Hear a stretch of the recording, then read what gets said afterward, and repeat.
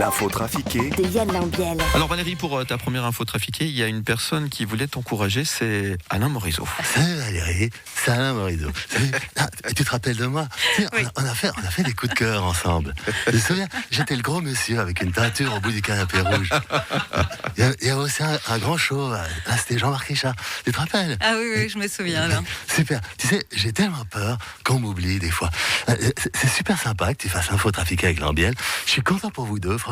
Toi, après 21 ans d'Obs Music, et lui, après 13 ans de la première, vous vous retrouvez enfin sur une vraie radio professionnelle. Et ça, c'est super sympa, Valérie. Ah, merci Alain, bonne journée.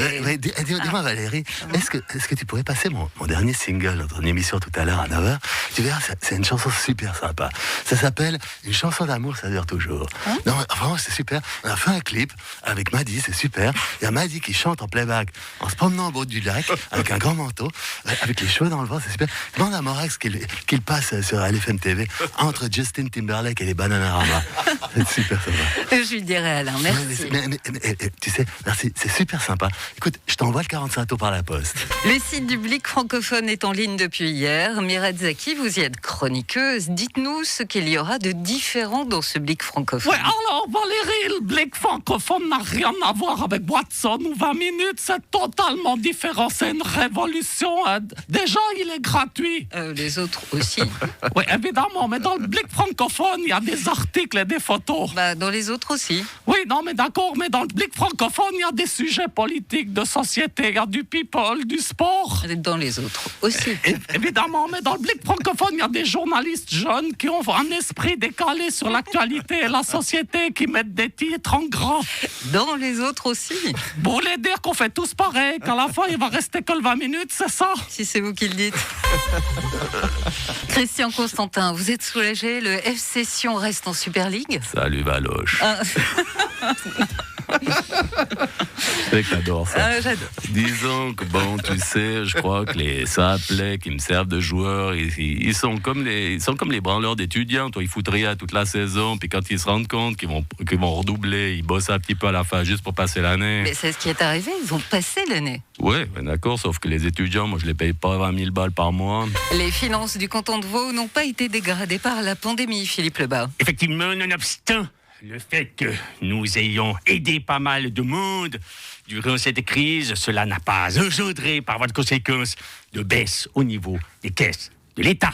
Et du coup, vous avez combien actuellement en caisse? Alors, nonobstant, il ne faut pas non plus penser que nous avons des sommes considérables. Nous n'avons actuellement que 4... À tout casser, nous allons donc... Pardon, désolé, monsieur Lebas, je n'ai pas compris.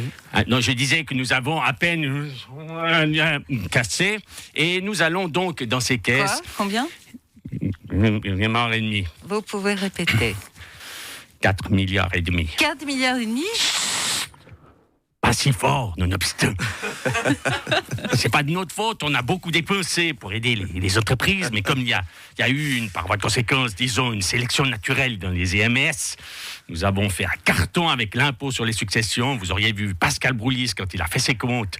Je l'ai surpris un soir dans son bureau, il nageait dans les déclarations d'impôts.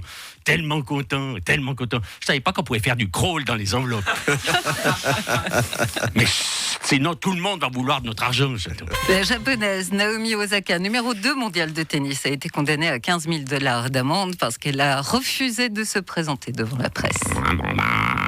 Tu sais, salut, c'est Stan. En même temps, je la comprends, tu sais, c'est chiant, les journalistes. Les questions ne sont pas toujours pertinentes? Disons que quand t'as perdu, ils te demandent alors Stade, pas trop déçu d'avoir perdu? Si, tu crois quoi? Que je m'entraîne tous les jours pour perdre? Que j'ai une hygiène de vie super stricte qui... Bon, non, ça marche pas. Je sais plus quoi leur dire. En plus, quand t'as perdu, déjà t'es au fond du bac, tu t'en veux, t'as peur. Pour la suite de votre carrière? Non, pour les sponsors. T'es là, dépité, et l'autre compte journaleux, il t'enfonce. Alors, vous n'étiez pas en forme. Oui, je comprends, mais quand vous gagnez, c'est mieux. Je sais pas, je me rappelle pas.